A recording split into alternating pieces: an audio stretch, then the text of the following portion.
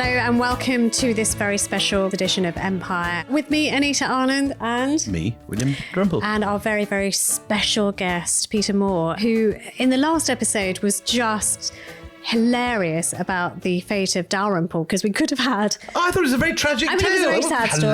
Hilarious. It was a bit funny. I mean, but for a flounce. But for a flounce, he could have been people will be able to spell my name. A major figure in the history of discovery, but he didn't. It was James Cook instead who gets this command. He's quite a boring figure compared to Joseph Banks, who is also... Anita's warming up with Joseph Banks now. We're going to get a lot of pictures of Joseph Banks on Anita's quite interesting. Instagram. He's a clever man. I like a clever man. Okay, so there they are. When do they actually set sail on the Endeavour? In August of 1768, they're off. I mean, how many people are crewing for them? So they've got Banks as the scientist with the mission. You've got Cook, who is dependable, like the flat bottom boat, quite steady. How many other crew on this ship? All told, with the sailors and Banks's party, which is sizable, probably, I don't know, about half a dozen, I'm not sure.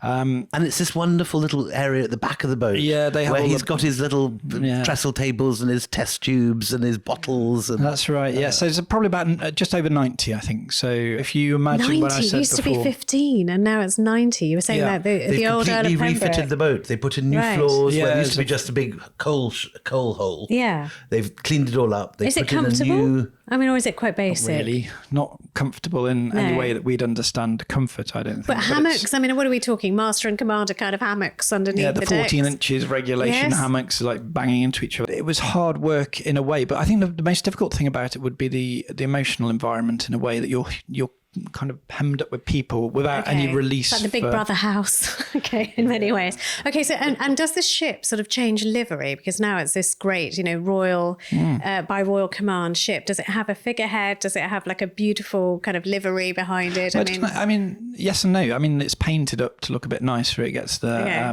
the flag of a naval vessel on commission.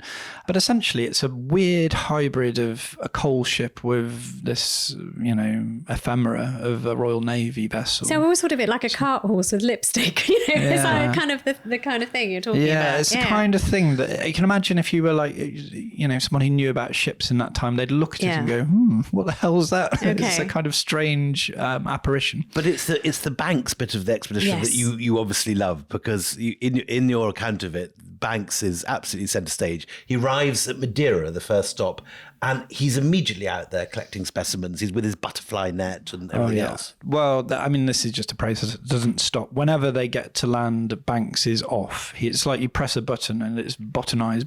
In Madeira, you say 700 specimens in less than 6 days. Yeah, well, there you go. I can't remember the numbers, but this is illustrative of what they were doing. I mean, Madeira was known. This was like the Watford Gap for, on the way across the Atlantic. What they wanted to do was get out as far away as possible. And Banks had this idea that he might find some new species. Or in Madeira. But it's really a warm-up, isn't it? Just flexing muscles, on the whole trip, yeah. And you have him in some sort of contraption fishing on the back of the ship, trying to pick up fish. The lighterman's skiff, I think it was called, which was his...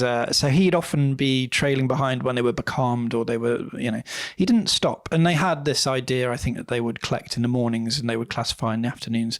And if you do read people who are interested in Enlightenment philosophy, they just read this journal. It's very, very brisk. There's always something happening. He's on to the next thing.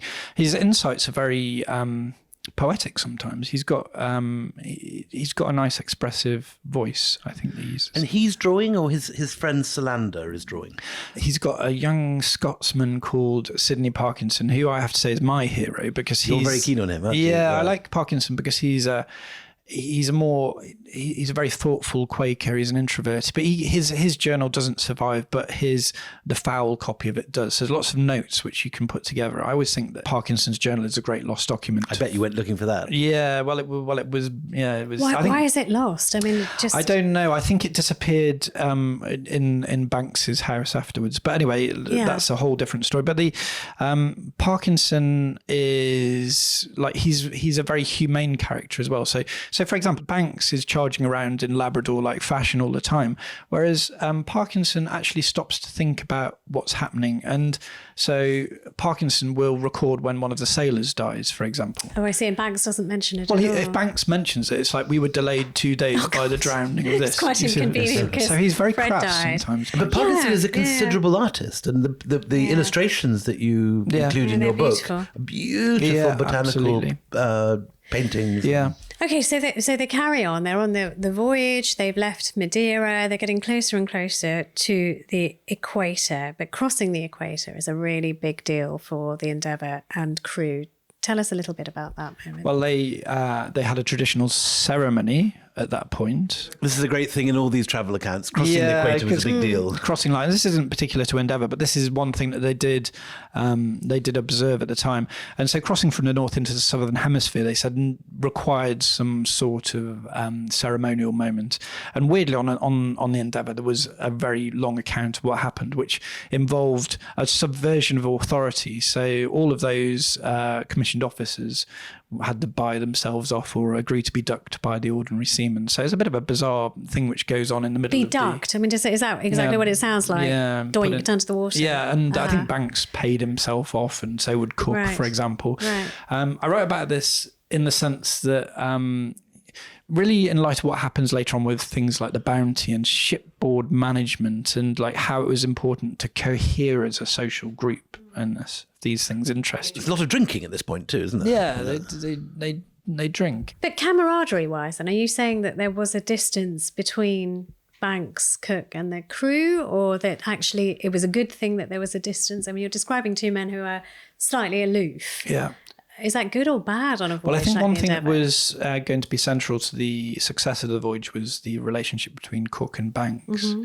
Cook, and this is where Cook is just superb. He always rises in people's estimation by degrees, not really by specific acts, but you can just tell when you read the accounts, they say, well, this guy was really good. The way he did this was really clever.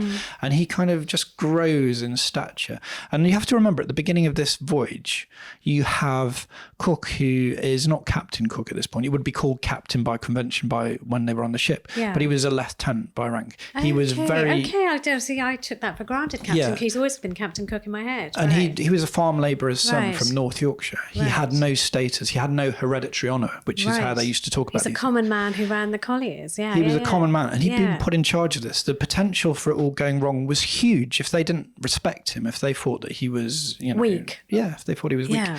And in particular, Banks poses a problem because Banks is the kind of person who's used to getting his way. He's in charge. Yeah. He's, from aristocratic background. But actually on ship, it's Cook who's in charge. And I think looking at these power dynamics is interesting. I mean, I should say that on Endeavour, the best cabin should be the captain's cabin. And which Captain is above deck, or is it below? It in the, goes in off the main great hold as cabin at the well? back, and there was a Right. particular one. And who went into that cabin? Banks. Of course, Banks Okay. did. So Cook Okay. was relegated to a side cabin for one of the lieutenants. So you see that power Right. dynamic was confused Interesting. from the beginning. But as you say, he's in charge. It's just as I say, Cook, he grows in stature as the voyage goes, and actually Banks realises that he can't do without this person. And if you're going to put your life Right. in the hands of someone, Then you better really have a steadfast man. And the time when people's lives are most at risk at this time in history is rounding the Horn. Yeah. And so as they get to the Horn, what is the situation and the condition of the ship and its crew? it's fine. I mean, they're going well. They have this moment where they stop in Rio and have a row with the local authorities, and then they go Quite a down. bad row. A really bad row. Yeah. For the reason I told you, because the Portuguese viceroy doesn't believe that it's an exploration vessel. They said, we're going off to measure the transit of Venus. Oh, yeah, pull the other one. What are you actually doing here? No But, one I mean, trusts the British. In many it's that kind ways, of thing. it is quite fair because often exploration voyages from France, England, and Russia are spies going out. yeah. I mean, they're not doing what they say they're going to be So doing. that's a really it's an a annoying relevant diplomatic fear. Yeah. incident. But they go around Cape Horn pretty well. I mean, those of you who've read David Grand's book on the Voyage this year, which had been one of the big books about maritime life in the 18th century, will know about Anson's voyage, which happened. It was the big one before the Endeavour one, basically. And I think 2/3 of the people on Anson's voyage died. Right. Like 2/3. That's a mortality rate which is higher than the Somme. So they round the Horn. That's fine. They managed to do that with great aplomb.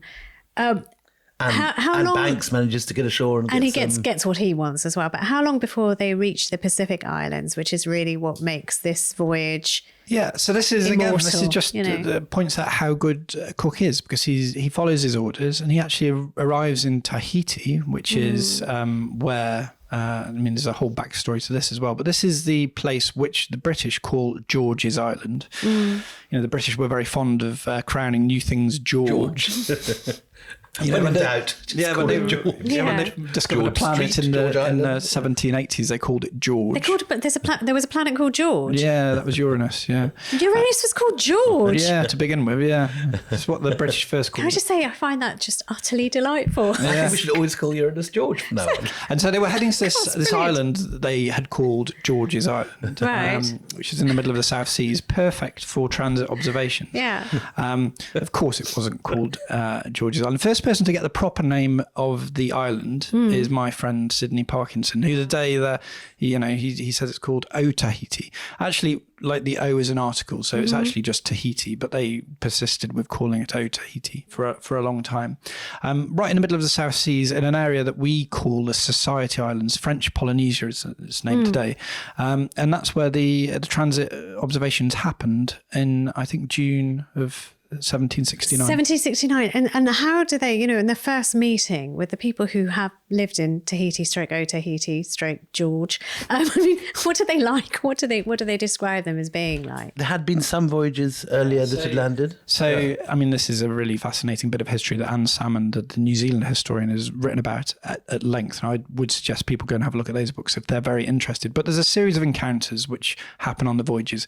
The Society Islands, I'll call these ones, form the first series of encounters, and there had been some voyages that went through in the years before, firstly by Bougainville, who was after whom Bougainville is named.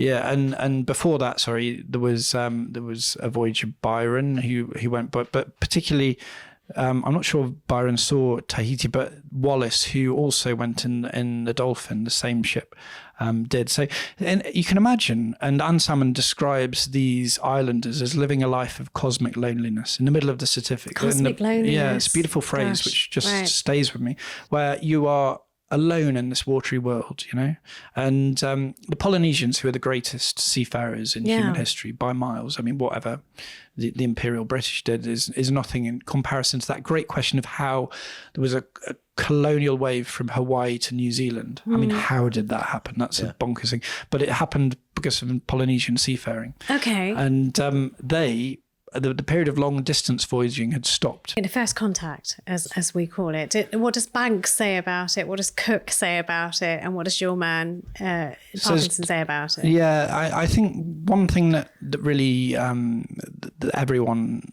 points out is the vividness of the colours.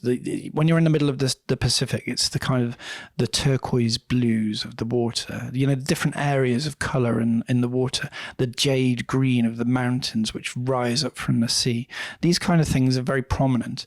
One thing that modern science has actually added to our understanding of these accounts is that often the sailors were quite scurvied by this point. Of course, and scurvy has a weird effect on the functioning of the human brain. And one thing that we know now is it's kind of like a sensory distortion thing. So often it's a bit like finding out about a unreliable narrator in fiction, finding out about these voyaging accounts, because what they were seeing was obviously pretty striking. If you and I went to Bora Bora or Tahiti today, we go, well, this is pretty intense. But what they were seeing then was probably heightened by the fact that they were starved of vitamin C. Hang on a minute. What does scurvy do? What does scurvy doulali look like when you're looking at something?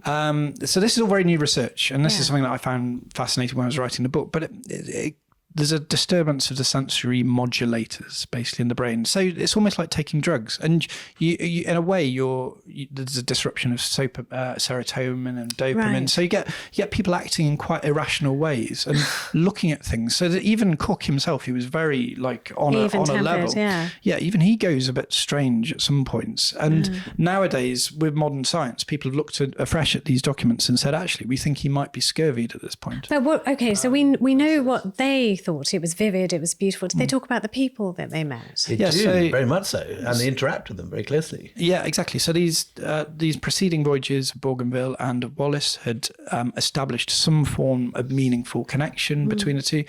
You've got to imagine that the Europeans saw the Tahitians in very cartoonish 2D varieties. They talked of Queen Oberea as being this kind of beneficent queen who overruled the island, and it was a land of sexual plenty and all the rest of this. Which Banks makes particular. Yeah, so I mean, they give lots of these people names from ancient Rome. So you get lots of, it's almost like the slavery story where you find lots of Pompeys and Catos and Caesars come up in their account, because it's an ideal landscape. They don't have the vocabulary or the means to understand it. But there's another side to this story as well, which is what the Tahitians made of these British voyagers coming in. And is there any written record? No written records, but there's lots of oral histories, and these have like kind of passed down. And we do have quite good understanding now. So they found them very dirty because the Tahitians were famously clean, weren't they? Yeah, exactly. Things like this. And I think one of the most interesting ethnographic parts of it is Parkinson again, who creates a word list from Tahiti. He goes to quite considerable lengths to actually watch the ceremonies as taking place and trying to decode them. And so he ponders very interestingly about, so for example, as the British think that the Tahitians are great thieves. Based on what? The fact they steal a lot of things off the ship. Okay. But then Parkinson looks at their dwellings and says, well, there's no locks on their doors, so they can't steal from each other. So that's a kind of example of like how Parkinson is quite... So he's a deeper thinker. They have different attitudes to property, is what it actually is. Yeah, and I mean, this is also at the time of Rousseau, when there's lots of speculation about noble savage and barbarity and civility. More on the oral tradition, though. I mean, more on what we know of what people thought, apart from being smelly and dirty. What else did they think about these people who'd come from across the sea in these strange vessels? Yeah, I think there's always a temptation, because there are descriptions which have come down of people saying that it was like a floating cloud coming in. It was like an alien ship coming in, or a house full of divinities, or all the rest of this. There's lots of these descriptions of the Endeavour which are rich and they're exotic. But actually, I think very soon after this, they would have actually realised that it was a very big canoe, basically, or a pahi. Okay. And actually, in Parkinson's word list, one thing I noticed, I was looking through, he asked, Parkinson's obviously eliciting words from one of the Tahitians, and he asks the word for a canoe, and they say pahi, and then he asks the word for ship, which is the next one down. Presumably, he's pointing at Endeavour and saying, well, what would you call that? And they say pahi. So they think it's a canoe. Okay, so they're not, it's kind of one of these things. They're not that impressed. No, a big canoe. Big canoe. Okay, right. And one of them joins the voyage. Yeah, and probably one of the most extraordinary characters of the 18th century, Tupaia, Polynesian star navigator, gets onto Endeavour, leaves with them. I mean, this is after the transit observations have been taken. So that part of the voyage is pretty much done. Achieved. Okay. Ticked off. Yeah, to a degree. And then, so now they're onto the Dalrymple leg. So in September 1699, Endeavour becomes the first European vessel to reach the islands off New Zealand for 127 years. Yeah, so New Zealand at this point was the one certain landmass that people knew existed down there at some point. They'd somehow managed to get to New Zealand before they got recognised that they found a continent. Yeah, and there was a great schism on board. Some people thought this was a coast of the great southern continent that Dalrymple had predicted. And Poor some Dalrymple. people... I really do feel sorry for Dalrymple now. This is just He's sitting in New Hales outside Edinburgh. It's winter, and there's ice out of the gutters. And he's hearing all these stories, or imagining all these stories are going to be happening. Yeah, I think that's pretty true. And so you get the other party, which is like the Cook ones, who say this is actually just New Zealand, it's part of an island. But so that landmass of New Zealand isn't understood by European maps at all. Who'd been there already? The Dutch had been there. Tasman went there in 1642, I think. There'd been a very brief, violent episode with did he go Maori. anywhere beyond Tasmania? Or, I mean, did they know the scale of it? Was there a shape of New Zealand on the map? Not really. There was like a kink on a map. The encounter between Tasman and the Maori was... I mean, it happened in a place that was called Murderer's Bay, I think. Disastrous, is that right?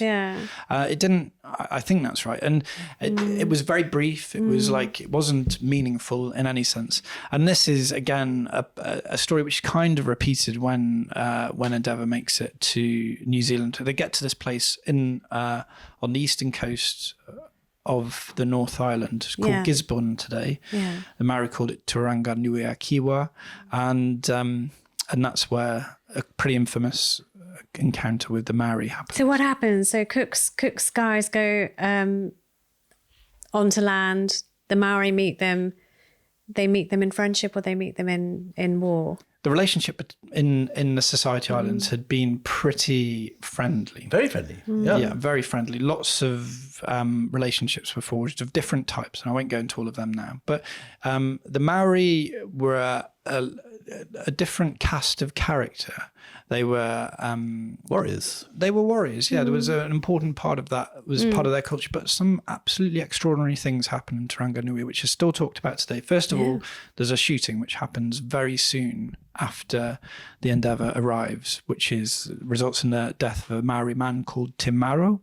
And that shot is still debated in New Zealand to this day, whether it was an act of self-defense or violence or whatever. And I'll leave that to one side for the moment today, because I know we've got lots to get through. But shortly after this, you have this moment where the Endeavour crew come ashore and they try to do what they did in Tahiti, which is to establish some kind of relationship so they can take water and things back on board. And they line up on the opposite sides of a river, which is, I think, the Tauranga Nui River. So one side, the Maori, the other side, you have the Endeavour crew. In the middle of this river is a rock. And, this is a kind of very loaded moment in encounter history. And you get Cook. I mean, first of all, they see a haka, the first haka ever witnessed by British crew. I mean, if for anyone who doesn't know, but I'm sure everyone knows, it's that war dance and rugby fixtures now most commonly seen at. But And then an unknown Maori man comes onto the rock, and Cook comes onto the rock. And there's a moment, I think, before that when Tupaia translates between the two, so he kind of ameliorates the language in Tahiti is comprehensible. But I mean, what a weird moment in European history, in world history, where you have someone like Tupaia trying to bridge two cultures that he's not part of with a language that surprisingly works. Anyway, then Cook and this unknown Maori man stand together and they have a hongi, which is a joining of two breaths into one body, the traditional Maori greeting, which is basically a kiss, is it? Well, it's rubbing noses. When you rub noses together. Rubbing noses, the hongi. And so, and then this situation from being quite promising then descends into violence. Do we know what happened, or is it essentially, I think what's recorded by the British is there is a moment of theft. So someone has a hanger stolen from them, and then a hanger. This is a kind of sword, like a small sword. Okay. Which is the kind of thing that I suppose would be stolen in a situation like this. The Maori have no idea of gunpowder at this point, and one of them is shot. And then there's a kind of general retreat. After that, Cook does something which is quite foolish, where he kidnaps some people which he thought he was going to take as a kind of bargaining tool. Right. It's described by his shipmates as a good Christian-like activity. I don't see, and even Cook himself said it was a really bad idea. This ends up in a skirmish because the Maori fight back, and there's, I think, 4 or 5. I think Cook said 3 or 4 people are killed in this skirmish in Turanga Nui a Kiwa. And it's just, I always think that's very revealing that Cook, who's the most precise person in the world, is into approximation, that he can't actually look squarely in the eye at what happened. Yeah, well, I mean, that, and also important to say, people talk about Cook being this great explorer and navigator, but in New Zealand, he's seen very much as a bit of a murdering bastard. This is the very important thing to acknowledge in this voyage, that it is seen as the end of olden times. This is the language that's often used, and the beginning of a painful new history. And this is also an important moment when Cook gets back. We should say that he is censored by certain people. Yeah, I think actually this is the point which is worth mentioning Dalrymple, because he had sorry if I can do this again, but please go ahead. he had there's a few things that he said, which I think you should be proud of, actually. One of which was that no accession should be made to the British Empire by fraud or violence. And this was one thing that he was very... So if the British Empire was to expand, it was to do so... Honourably. How that was to happen, I don't know. Second thing that I always think showed him in a very, very good light is that he had very high standards for how people should treat both indigenous people and indigenous knowledge. So, for example, he hated Cook's habit of renaming places because that was a cultural vandalism. Right. Oh, God, I like Dalrymple. Yeah. He's all right. So he said, well, why are we calling this place Poverty Bay when it's already called Taranganui Akiwa? Which is, so again, you see him as actually... his time. Yeah, really very enlightened. Well, I just think, and this was the absolute episode, which, and Cook admitted that he screwed up. He said, in his own journal, he said, I made a mistake. And later, when they got back in Britain, Dalrymple said that... Cook was incompetent on many levels, and he was not only incompetent, he was a murderer. And that was, that was... It's a serious charge. It's a very serious... And with any legal backup, or just something where they're basically hitting each other around the face with gloves? A bit of both. Have you ever known a Dalrymple charge into an accusation without thinking of the consequences? I don't know. It's one of those, but it was a pretty serious thing. So I think those two perspectives are worth showing. But Cook never accepted that he'd done anything wrong? I think Cook did accept that he did something wrong, yeah. I think he said in his journals that, I know I will be censored for this. Okay. But he said, having got myself into the situation, was I to stand around and let myself get hit over the head? That was his kind of point. Okay. So from New Zealand, and I think we'll probably talk about this in the next half of this, how long before sights are set on Australia, and do they know they're heading for something called Australia? Well, not really, not in the sense that we think of Australia. Again, geography is very patchy. They have this idea of a landmass. Well, they know about Tasmania or Tasman's Land or whatever, Van Diemen's Land, I think it was called at the time. And then above that, they knew there was somewhere called New Holland, which is the place that the Dutch generally collided with when they were on the way to Batavia or something. Zealand is in Denmark, so I don't know quite how it ended up being named after the Danes, but that's me questioned. I'm not sure. So they had to decide how to get back. They are almost at the opposite side of the world. When you get to New Zealand, you've gone a very, very long way. I'd love to tell you more about the New Zealand portion because it is really interesting. But essentially, they have to decide how to get back.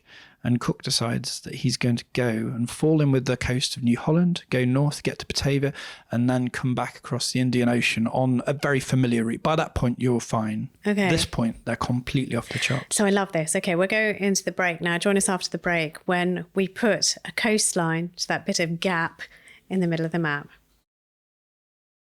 Welcome back. So we were talking with Peter Moore about this discovery of the gap in the map, which has a place called Australia, we now know it as. Tell us about the journey of Cook to Australia, and is it simple or straightforward or disastrous? We should just say at this point that they're not sure what they're looking for. No. What they've got on their charts is odd bits of land. Yeah. They've got Tasmania, they've got Zealand, and they're expecting to find possibly a great southern continent, an enormous landmass, and they don't know whether all these bits join up. Yeah. So, I mean, there's a huge degree of uncertainty, and Cook's got this idea that he wants to fall in, I think that's his language, with what would be the eastern coast of this and work its way up. But, all this idea we have about Australia today is not really understood. And so very soon after the New Zealand portion, he does cross the Tasman Sea, gets over to the east coast of Australia. They spend a bit of time in Botany Bay, and this is where that first landing point is. So in Australian history, this is often seen as a coming of the British watershed moment. But of course, we have to say that this is not the beginning of Australian history. It's 50,000 years since the Aboriginal people were there first. And 50,000 years. As much as that, yeah. And the world's longest continuous civilization is this with this kind of strange moment in 1770 where the British turn up. So again, we have this third area of encounter. We've had the Society Islands, if you like, New Zealand, Maori, and then New Holland, which won't acquire its name Australia for another few generations or until about 1800 with Flinders. What happens here as well, if you could characterise the friendliness in Tahiti, the violence maybe in New Zealand, there's something more unsettling for the British crew, particularly for people like Banks in Australia, because they're met with a kind of apathy. So the Aboriginal people they meet, they don't understand them. They don't accept their gifts. They will often ignore them. They won't regard the ship as a machine of any particular significance. This really throws them. And it really muddles them. They don't know what's going on. And so, to the sense, they actually prefer the Maori because they can understand that reaction. A fight. Yeah, they can understand the fight. Yeah. But they can't understand the apathy. What do you put the apathy down to? Or what is there any oral tradition that explains what they were thinking? They just wanted them to go away. That is to distill a very long process of oral history. They were watching, but it was a wholly different culture which had arisen over such a huge portion of time. So if you think about the ship going up a mile away from the shore, there might be a mile between the ship and the shore, but there's something like 50,000 years of divergent human history between in that space. It's incredible. And you think like the people who just don't understand each other at all. And we're talking about a specific Enlightenment culture that Banks exemplifies of gathering, of expanding. And sometimes I have to admit, when I was reading Banks's journal, you really cringe. It's uncomfortable because he's thinking of human beings as specimens, and as nothing. There is nothing tender, it's human. Kind of, it is that colonial instinct. You have a very complex picture of Banks in the book, and you're quite fond of him personally, but he shows himself in his least I think there's good colours at this point. Great ambivalence. You wouldn't want to be dogmatic about it, because I think you can see how you could turn this into a flag-waving history, and I never wanted to do that. I think this is a story of different perspectives, and that's why for the subtitle I chose this subtitle, the ship and attitude that changed the world. But changed is an ambivalent word, it's ambiguous. It could mean change for the better or change for the worse. For these guys, it definitely wasn't for the better. No. And a lot of the population, almost everyone in the Polynesian heritage would say that this was not a good moment for them. No, disastrous. They describe it as being disastrous. Okay, so they come on board, they're ignored. At what point does, what does Cook do while he's there? If they're just saying, la, la, la, I can't hear you, and just ignoring them and wanting them to go away. Can I tell you? One of the things that I think is so, if I can find it quickly, I'll tell you. So the chapter on Australia, been handed down in oral memory by the Bachala people of Kagari or Fraser Island. This is a really haunting song poem, and this is them looking out at the Endeavour as it went up the eastern coast, and it says, strangers are travelling with a cloud, Ari Ram. It has fire inside. It must be a bad water spirit. It's stupid maybe. It's going directly to that rainbow serpent place. This is the truth that I bring. It's breathing smoke rhythmically from its rear. It must be songmen and sorcerers, coming up and going back with the wind at its rear. It's like a sand crab. The sea carries the ship here. Why? Now that's right. And do we know how old that is? I mean, it's just old. One of these which has been passed down in oral memory. So there's lots of complexities there of how that evidence should be treated, and it's probably subject to all sorts of dispossession narratives which have happened over time. But it's kind of the best we've got, and you have to always imagine people looking out at this ship and wondering what was happening. It's a very, very interesting moment, and this is that one that we've come across in previous episodes of Empire. This is a bit like the Balfour Declaration. For Jewish people, it's a moment of a whole new world opens up, a state is about to be born. For the Palestinians, it's the Nakba, it's the catastrophe. The same is true here. This is the beginnings of the modern nation of Australia. For many Europeans, this is a new life, a new world, a whole new horizon. For the Pacific people that are living there, it's a catastrophe. It's awful. There follows a century of shrinking, of reduction of rights, of kidnapping of children, diseases, and that familiar process of encounter with Europe, which leads to every kind of disaster. How long is Cook there, and what does he do while he's there? So he just spends these few months on the eastern coast, but we're talking about encounters. One of the most significant encounters is with the Great Barrier Reef, because they sail straight into the thing. Yes. And this is a crucial moment. You paint it as a moment of enormous It's really the end, the ship is literally it's one of these inflection seesawing. moments, isn't it, in history where things could have gone Very differently. very differently, and they're very lucky essentially, and they managed. This is where the acorns and the quality of wood comes in. There we This go. is We got it. there. We got Okay, we there got in the end. there. Okay, so We tell got us there in why the this is important. So the ship gets caught on the coral. Gets caught on the coral, it grinds, the coral grinds at the ship's hull, it goes down a tide, so the pressure is increasing all the time. They have to wait till the tide comes up. Cook decides that he's going to basically drag the ship off the coral. And he has to Imagine the jettison. scratch He has to going jettison through, yeah. stuff, doesn't he? Throw it out. Yeah, but that would have been, I mean, had the ship sunk at that point, that would have been the end. No one would have heard, no one would have known. What they've done, And, where they've been.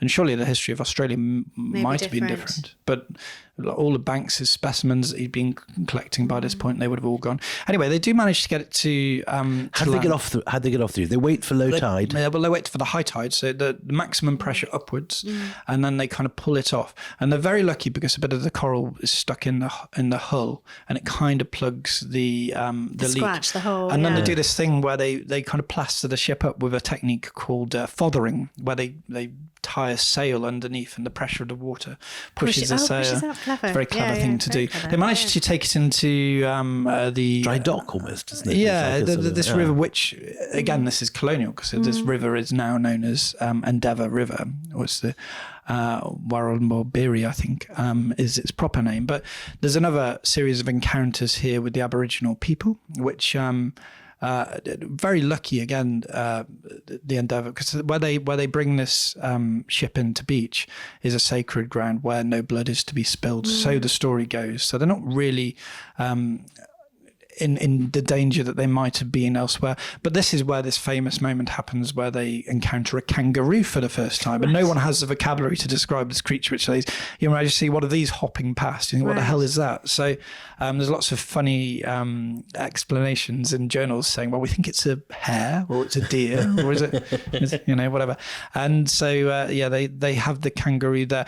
Actually, more dangerously than the first encounter with the reef is the second ones when they go back out to sea, because they have to get through this whole coral sea. I don't know if you spent time on the Great Barrier Reef, but that whole Queensland coast, it just completely It's a nightmare covered. to sail through. Yeah. Cook never went back. He just he got out of there as quickly as he could. But actually, like weaving through all of these reefs was really hair-raising, and they thought that they'd had it a number of times, and But they bandage up the ship. They managed to sort of band-aid it up with a sail. I mean, I love that detail of it. And then they are on the return. Are they then resolved, and now they've gone as far as they can, and they've got to go home? Yeah, I think like at this point, there's just two last things I have to tell you about the. They get to Batavia, which is modern Jakarta, isn't it? Yeah, that's right. And when you go to Jakarta today, there's the old area of Batavia where there's a wonderful museum of seafaring and with all the... But this is really where they have, in a way, the most deadly portion of the voyage, because a lot of the sailors are taken ill at Batavia, where there's a very bad climate, I suppose. This always happens throughout colonial history. Malaria and dysentery. And Batavia this is notorious. is where, exactly, like Cook reproached himself mostly because he'd brought most people safely around all of these through reefs and around islands, around Cape Horn. Most people died at Batavia. And Sydney Parkinson dies there, for example, in Tupaya. Leaving all his pictures And Tupaya, behind. the star navigator. Yeah. And, you know, as I say that, I mean, his history itself is An extraordinary story. The weird thing is, in a sense, that the Dutch, having got as far as Batavia, turn it into their capital, but never go and explore or try and draw maps of these. Well, do you know what I reefs. should tell you, actually? Press a Dalrymple button here. Because there was this great question of how... So the world is like a big maze, basically. And when you put the winds on top of that, then it's actually quite like kind of going between some places is very easy. Going between others is very difficult. So Cook was the very first who really went across the Pacific that way. It was easier to go the other way. It's not quite right, but in broad terms it might be. And he was the first person to go up the eastern coast of Australia. Now, but how did he get up from the Coral Sea to Batavia? And he went through a passage that was in Dalrymple's book, which I told you, if you remember before. It's actually, I think it's called the Torres Strait. The notes that he handed over. Strait, yeah. Wow. And but for that, and Cook acknowledges this, doesn't he? Yeah, and so Dalrymple, when he finds out about this, is just incandescent because not only has Cook taken his voyage, he's taken his maps and he's got home thanks to his. He used his passage. So the ship is now home. Does it come home to a hero's welcome? Does Cook get sort of lifted onto everyone's shoulders? And is the Endeavour then you thought of as this amazing part of history then and there? You'd have thought that might be the way it goes. Kind of right, yeah. Actually, Cook is promoted captain, becomes Captain Cook for true. I mean, he's in reality, and he is poised to go on 2 further voyages. So that's a separate history, which ends with his death in Hawaii on Valentine's Day in 1779.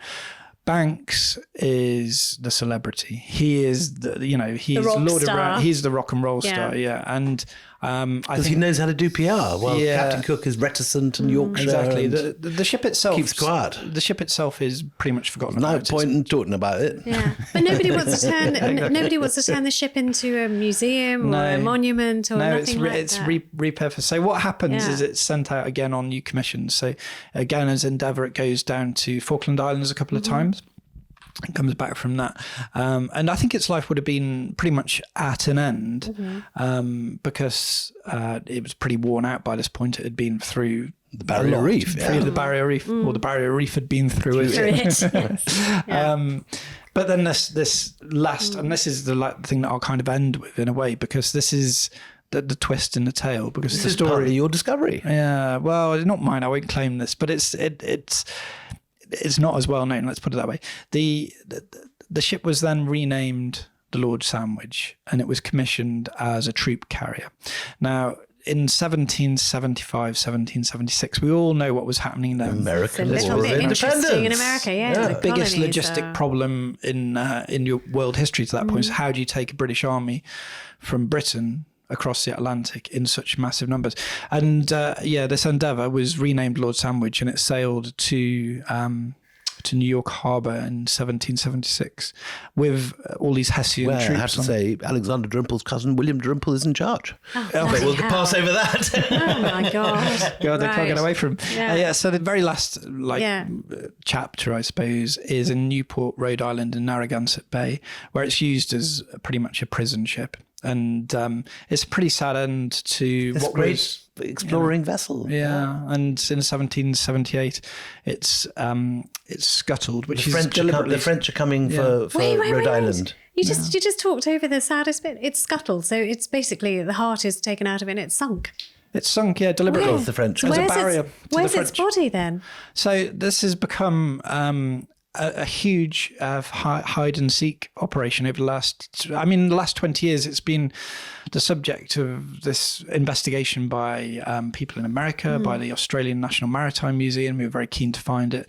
There's been a process of narrowing down where it was, they found it was definitely part of one of 12, then it was part of one of 5. Then they've narrowed it down to 1, which you would have thought would be enough to discover it. But actually that's not the same as a positive identification, because you've got to find something. So I'm hoping my oak trees from Yorkshire might be useful one day as identifying DNA. Yeah, maybe. I don't know. Do you know, it's such a fabulous story. You tell it so well, Peter. Thank you so much for being one of our Christmas ships. Really sad ending from the Whitby coast to Newport and Rhode Island. 14 years. It lived a life, though. Quite epic for 14 years.